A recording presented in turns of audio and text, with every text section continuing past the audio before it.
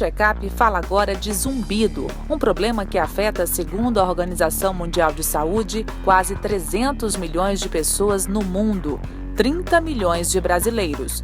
Conhecido também pelo nome em inglês tinnitus, o zumbido é um som percebido nos ouvidos ou na cabeça, mesmo sem som no ambiente. Não é uma doença em si, na verdade, é um sintoma de uma condição de saúde que afeta algum ponto da via auditiva. Algumas vezes vem acompanhado de perda da audição, tontura e intolerância a sons altos. Zumbido é um barulho personalizado, que as pessoas podem escutar ou no ouvido, ou nos dois, ou no centro da cabeça, mas só eles escutam, o resto das pessoas não. Então, é um som que não existe correspondente no meio ambiente.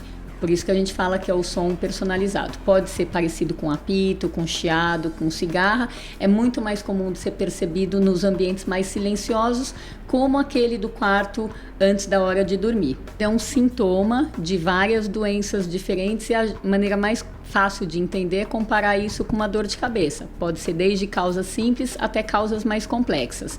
E como tem várias doenças, algumas são ótimas de tratar e algumas outras são difíceis. Então, normalmente, para a gente, o zumbido funciona como sinal de alerta de que alguma coisa está acontecendo, ou seja, que esse ouvido provavelmente foi agredido por algum fator externo do ambiente, algum fator interno do próprio organismo, e ele não respondeu bem. Então, o zumbido vem como consequência dessa agressão.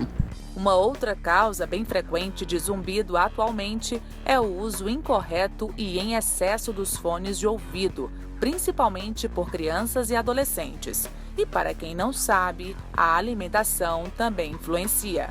Existem causas do próprio ouvido e de fora, dos vizinhos do ouvido. Então, do ouvido, poluição sonora é uma coisa extremamente comum, tanto em crianças como adolescentes, em qualquer idade, na verdade, tanto por motivos de trabalho com ruído, como motivos de lazer. Existem erros de metabolismo, como jejum prolongado, abuso de doces, abuso de cafeína, e existem as consequências também de outras doenças, como pressão alta, diabetes e colesterol, que acabam acometendo várias artérias no nosso corpo e também a artéria do ouvido. Tani Gans Sanches é considerada a maior autoridade em zumbido no país. Ela esteve em Fortaleza para ministrar um curso sobre o assunto voltado a otorrinos e fonoaudiólogos. O curso intensivo é realizado 3 vezes por ano em São Paulo e pela primeira vez acontece em outra cidade.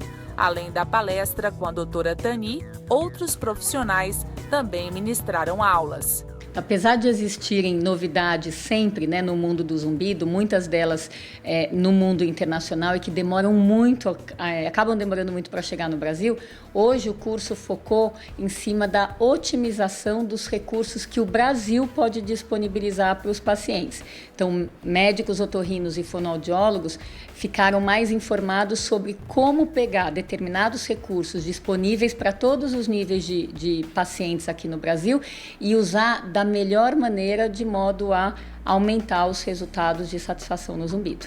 A médica é enfática ao afirmar que o tratamento do zumbido deve ser multidisciplinar. O melhor tratamento do zumbido é aquele que é personalizado para as causas de zumbido que cada pessoa apresenta e, portanto, isso é muito diferente. Por exemplo, se eu tiver um zumbido por um problema metabólico, quanto antes eu consertar os erros alimentares dele, maior a chance dele ficar sem zumbido ou então de melhorar bastante. Se ele tiver um zumbido causado por questões odontológicas aqui da mastigação ou do pescoço, quanto antes ele começar um tratamento específico com um dentista ou com um fisioterapeuta, melhor. E se ele tiver um zumbido recente, a gente pode medicar.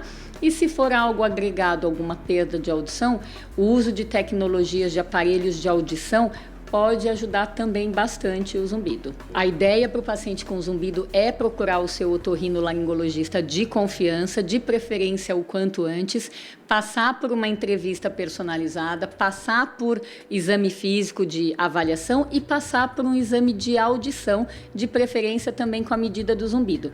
Depois disso, o otorrino vai ter condição de fazer esse diagnóstico e decidir se é ele mesmo que vai tratar ou se ele vai encaminhar para alguém dessa equipe. O zumbido ele é tratado de forma multidisciplinar, então você vai precisar do otorrino, muitas vezes dependendo da causa do fisioterapeuta, muitas vezes do dentista, que você pode ter problemas de ATM causando o zumbido, né? Então deve ser abordado inicialmente pelo otorrino que vai dar o direcionamento, mas na hora do tratamento muitas vezes precisa até do psicólogo, de profissionais de outra área. O zumbido é um problema não só crescente em termos de prevalência, mas também que implica um impacto muito grande na qualidade de vida dos pacientes.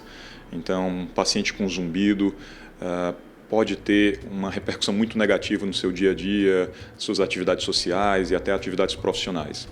Então, nesse sentido, é extremamente importante a gente ter essa forma de atualização, de estar em contato com novas técnicas e atualidades relacionadas a esse tema.